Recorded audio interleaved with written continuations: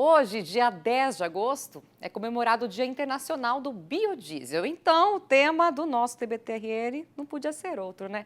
Há um ano, nós mostrávamos aqui no RN que o setor reclamava de um corte de 2% da mistura do biocombustível no diesel. Vamos relembrar?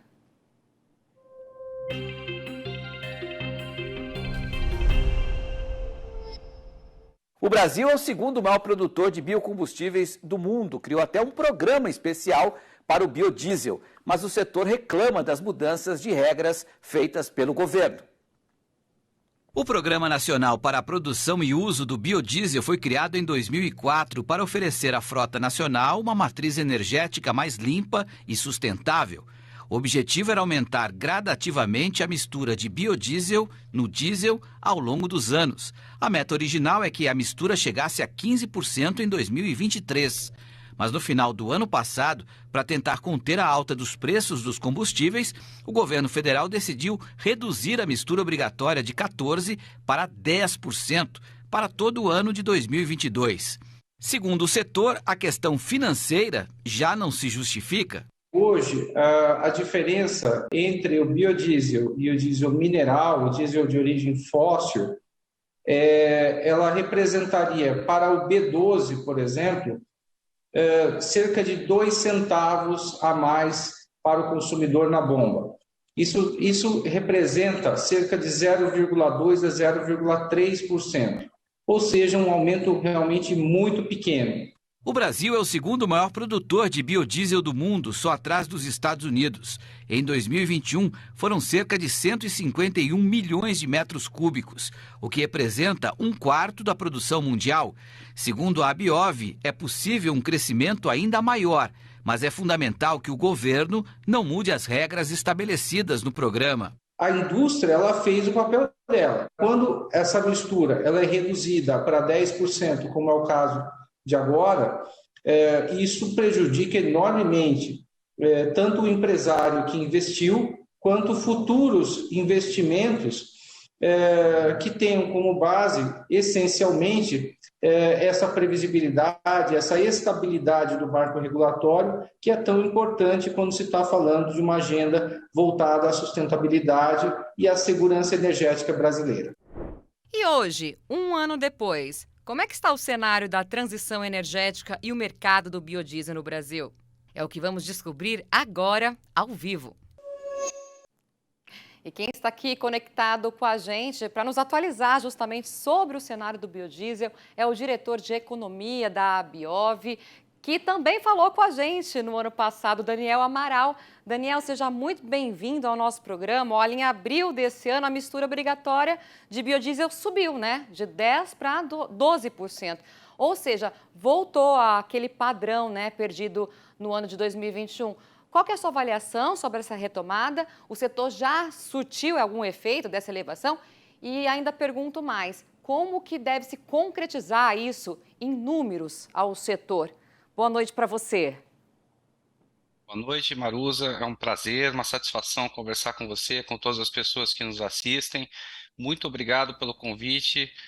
Fico feliz até em ver essa retrospectiva e poder dizer, com grande satisfação também, que a gente está falando agora de um cenário muito diferente.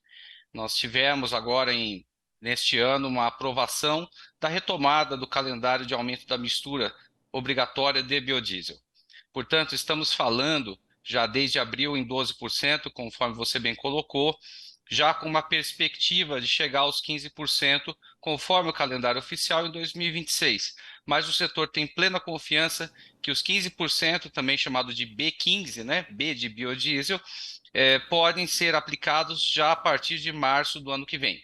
Então, nós temos muita confiança disso pela capacidade que o setor tem, pela qualidade que o produto tem e pela competitividade. Então, se a gente olha todos esses aspectos somados, nós temos muita confiança que o B15 pode ser implementado já a partir do ano que vem. Isso tudo mostra que o cenário hoje é completamente diferente, é um cenário onde o setor fala de investimentos na agricultura familiar, com maior aquisições e fomento, estamos falando de maior esmagamento também, portanto, maior oferta de farelo vegetal, para a produção de proteínas animais e, claro, maior oferta de óleo vegetal também para a produção de biodiesel. Então, são todos elementos muito positivos que contribuem para o PIB e para a geração de empregos, isso sem falar na redução também das importações de diesel e de petróleo. Então a gente fala hoje de um cenário totalmente diferente, mas para melhor, né? Mais positivo, né, Daniel? Daniel, o ministro da Agricultura, o Carlos Fávaro, disse hoje que o governo trabalha para aumentar a proporção da mistura de biocombustíveis para 20%, né? Você concorda com o ministro? Qual que é a sua opinião a respeito disso?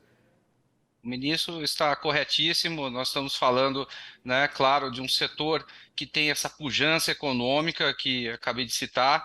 O ministro conhece o setor muito bem, portanto, o ministro fez uma avaliação muito correta a respeito, né, desse cronograma de aumento da mistura.